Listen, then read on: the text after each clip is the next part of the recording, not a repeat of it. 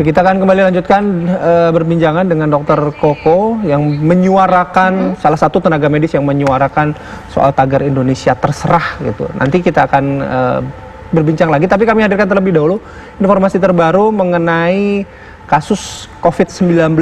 Jadi kemarin, berdasarkan data kemarin sudah dirilis ada 17.025 orang yang dinyatakan positif COVID-19. Ini naik 500-an ya dari hari sebelumnya. Kemudian yang sembuh ada 3.911 dan yang meninggal dunia ada 1.089.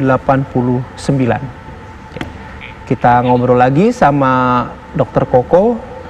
Dok, kalau dokter tadi sudah mencoba melihat secara utuh ya, dengan kerangka utuh baik dari perspektifnya tenaga medis, kemudian dari masyarakat, dari kebijakannya. Saya mau sedikit minta komentar dokter soal komentar salah satu influencer nih dok.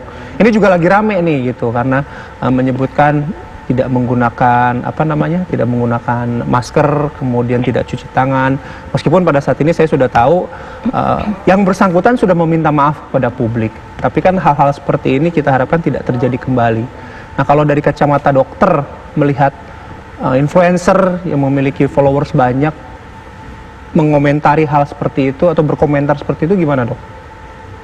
Ya, oke. Pertama saya mau klarifikasi dulu nih, Mas Bayu. Saya itu bukan nggak ikut-ikutan tagar Indonesia terserah ya. Ya. So, standing posisinya harus jelas dulu. Saya nggak ikut-ikut, tapi saya bisa memahami. Jadi bisa memahami. Dan ya saya udah jelasin tadi bahwa kira-kira itulah itu cuman kayak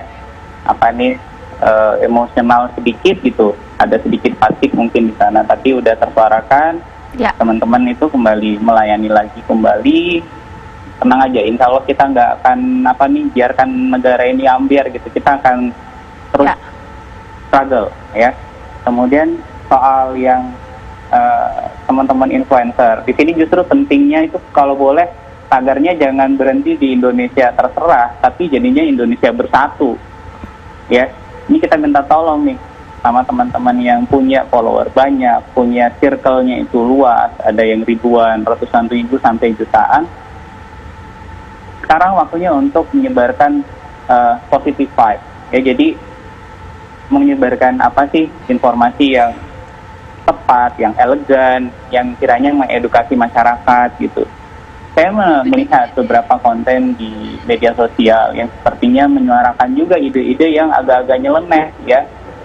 Memang kita ada di negara demokrasi, tapi saya mengkhawatirkan ada sedikit terbersit rasa khawatir kalau misal nih yang ternyata yang nyeleneh-nyeleneh ini kemudian menjadi makin besar, kami makin takut, makin ada kekhawatiran potensi bahaya yang coba diredam yang bisa kena ke masyarakat malah gagal. Ya. Saya kaget itu sampai ada yang saya nggak cuci tangan, saya nggak pakai masker. Ini kan beda banget ya. Dia mungkin terpikir, saya nggak kebayang apa yang masuk ke dalam informasi apa yang diterima oleh para influencer seperti ini. Tapi kami sih lebih berterima kasih sama influencer yang membantu kampanye kesehatan sekarang ini. Itu justru saya rasa lebih patut diapresiasi. Oke, Dokter Koko, mungkin terakhir pertanyaan saya dokter, ini mungkin himbauan atau pesan yang ingin disampaikan kepada masyarakat seperti apa, termasuk tadi pertanyaan saya menggantung dokter, ini dampaknya seperti apa untuk misalnya jumlah pasien yang kemudian dirawat setiap harinya di rumah sakit terkait dengan COVID-19, ini seperti apa? Oke, jadi kita tahu di angka-angka pasien masih tetap bertambah dan angkanya itu beberapa ratus setiap hari, pernah hampir mencapai 700. Kemarin hampir mencapai 600 ya, sekitar 500 sekian. Berarti potensi bahaya transmisinya itu masih cukup tinggi. Oke, itu satu.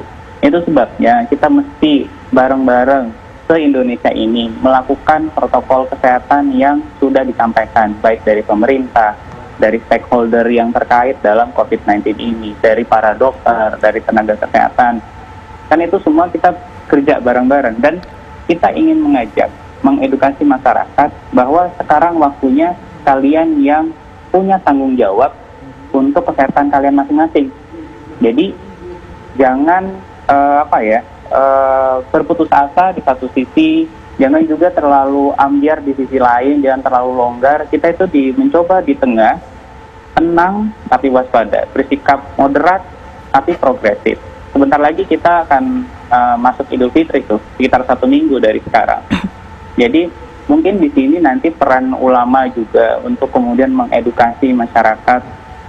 Saya lihat ada fatwa-fatwa, ada ajakan-ajakan untuk tidak melakukan sholat id. Kami sangat apresiasi itu. Untuk sholat id di rumah, kemudian tidak berjabat tangan, dia silaturahimnya online, ada jaga jarak, pakai masker, itu semua kita perlu lakukan sampai kemudian Indonesia ini grafiknya itu turun. Baik, ya. Oke. Terima kasih Dokter Koko sudah bergabung bersama kami, sudah sharing cerita juga. Selamat bertugas kembali. Salam buat rekan-rekan tenaga medis. Semoga sehat selalu. Amin, amin. Ya, itu tadi yang disampaikan oleh Dokter Koko ya, himbauan-himbauan kepada masyarakat. Nah, ini tadi kalau kita bicara soal apa namanya? Silaturahmi online gitu ya. Silaturahmi online ya. Ini masih kita pengen pantau nih, masih ada nggak sih kira-kira masyarakat yang masih nekat untuk mudik misalnya ya kan? Dan kita juga akan menghadirkan informasi dari beberapa checkpoint dalam segmen kabar Lebaran sesaat lagi.